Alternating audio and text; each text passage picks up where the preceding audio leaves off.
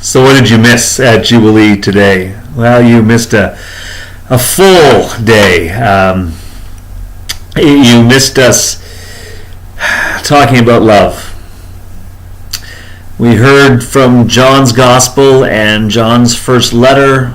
We heard from Acts, stories of love, the image of Jesus as the vine, and that we are all connected. The reminder that love comes through God, that love is of God, that anyone who truly loves is of God. And we tried to come to grips with what it means to love, to truly love, and what it means to try to love in the midst of what we've experienced here in Toronto, in North York, in the last week, in an area that, well, some of us, like me, grew up in, and people who are gathered today were raised in or work around, to what it's like when carnage, when death, when evil happens in your own backyard, in your living room, in the place where you live and enjoy life, and how we love through that, how we love those who respond with such bravery and compassion, and how we love the victims and their families, how we love ourselves and our neighbors as we feel traumatized and changed, but also how we try to love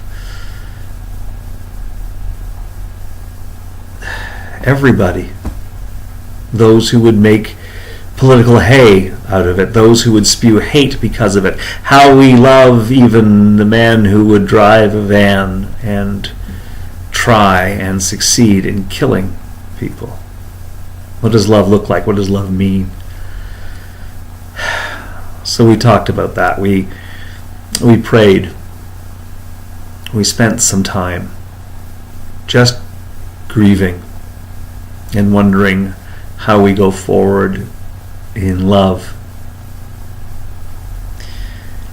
And we also listened to the story of Philip and the Ethiopian eunuch, who was an official of the Candace. He was important. And he was reading scripture one day, and the Spirit moved Philip, picked him up out of his bed, and sent him to this man, where he joined him on his chariot to ask what was going on as he was reading Isaiah. And what did he understand from the reading? And the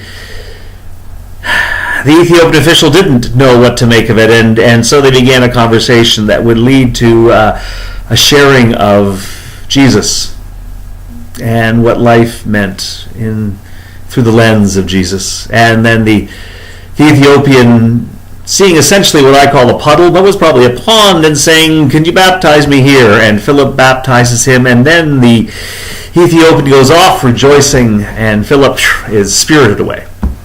Very magical, very mystical, very wow, really? Did that happen?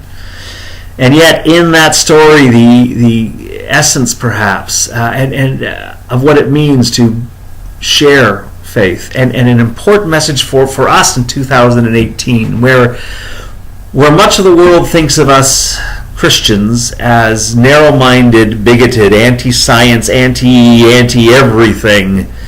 We're angry. Because that's what you so often see on TV or read in books. And many of us are ashamed of that, and so we go undercover. We keep it to ourselves. We don't want to embarrass anybody. We don't want to look foolish because we don't know everything, and we don't want to make anyone feel uncomfortable. So we wonder why this other image of Christianity flourishes while we're undercover, quietly, occasionally whispering our faith. But if we look at the story in Acts, we discover the way to do it. Philip asks him, so what are you reading? And they engage in a conversation. He doesn't try to convert this Ethiopian. He engages in a conversation, and when the opportunity comes, he shares his faith. First, he asks the Ethiopian, "Do you understand what you're reading?" And then, after the Ethiopian has a chance to talk, then Philip begins to talk about his faith, and they engage in it.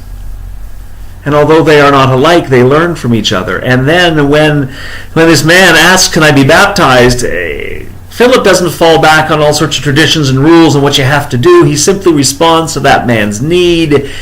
And having shared his faith,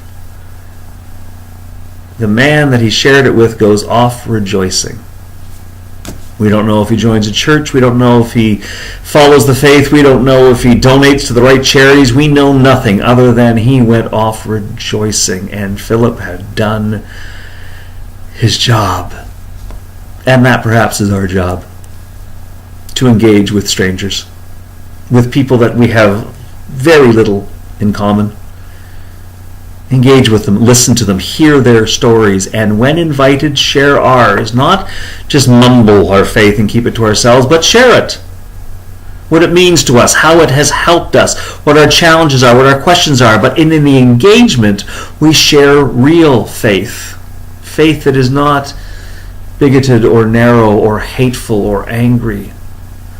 We share faith that is full of wonder and compassion, and is willing to learn and grow and be part of community. That's what we did today at Jubilee. We grieved and we wondered what it meant to be community, and we figured out a way that we might do a little bit more. Anyway, you didn't have to be here to learn those lessons, but it would have been great if you were. Hopefully we'll get to see you soon, because we miss you. Until we see you again, God bless.